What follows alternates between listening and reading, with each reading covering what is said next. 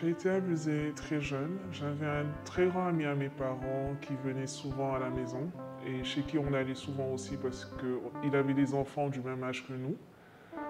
Et ce qu'il faisait, c'est il nous mettait sur ses genoux et il se frottait à nous. Et particulièrement à moi, il se frottait à moi.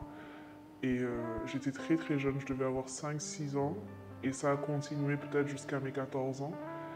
Et il, euh, il me prenait souvent en photo. Au départ, c'était des photos de moi innocente où j'étais habillée et il les gardait en souvenir.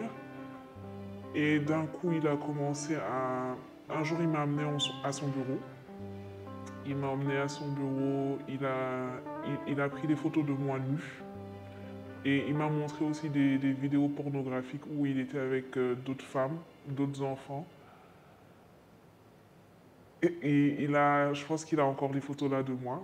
Il, euh, il a pris des photos de mes parties intimes nues, de mes parties intimes de moi. Je devais avoir peut-être 10 ans. Il me demandait aussi souvent Il m'avait offert un appareil photo et il me demandait souvent des photos de moi. Au début, j'envoyais des photos de mon visage et après, il avait pris l'habitude de venir à la maison quand mes parents n'étaient pas là.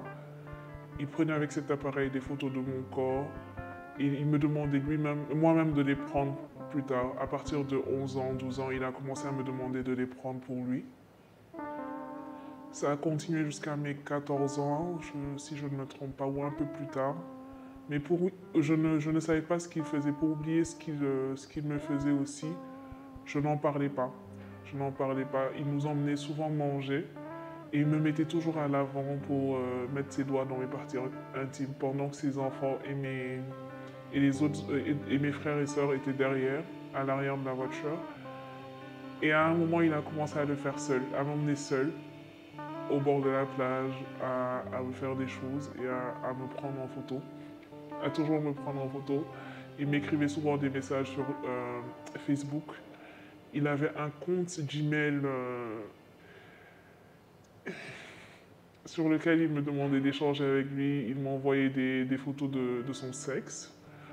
Il m'envoyait des photos, des vidéos où il se masturbait, où il était avec d'autres femmes.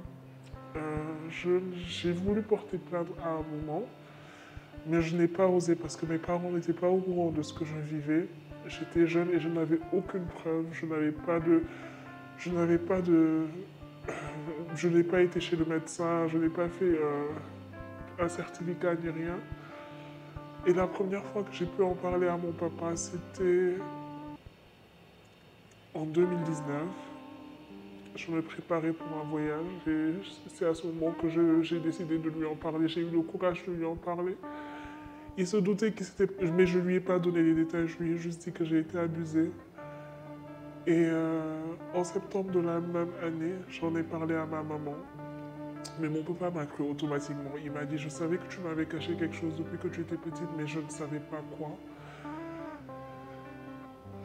Sur le coup, ma maman n'aurait pas cru, mais après, je pense qu'elle a compris.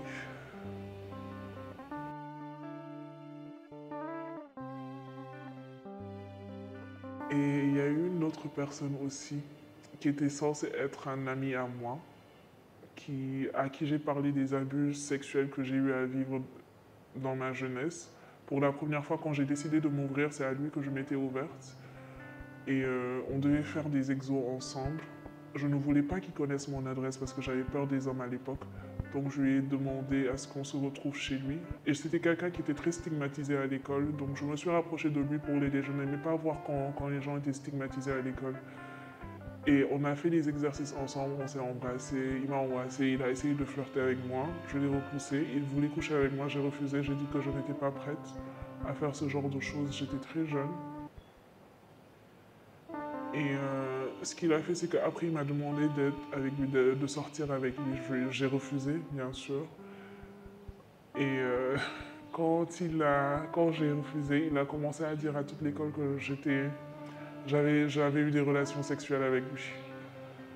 Ce qui a fait que j'avais plus de difficultés après à dénoncer ces actes-là que je subissais. Il a dit à toute l'école que j'avais couché avec lui et il m'a harcelé sur Facebook. Il m'écrivait tout le temps des messages.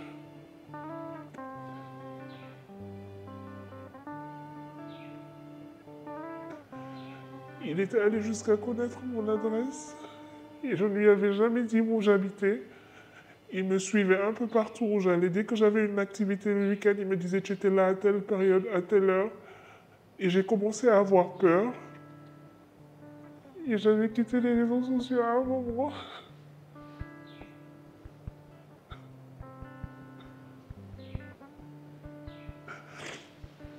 J'avais quitté les réseaux sociaux à un moment à cause de lui. On avait le même âge. Comment est-ce que moi, je pourrais en parler à mes parents ou à quelqu'un d'autre de confiance? Et j'avais...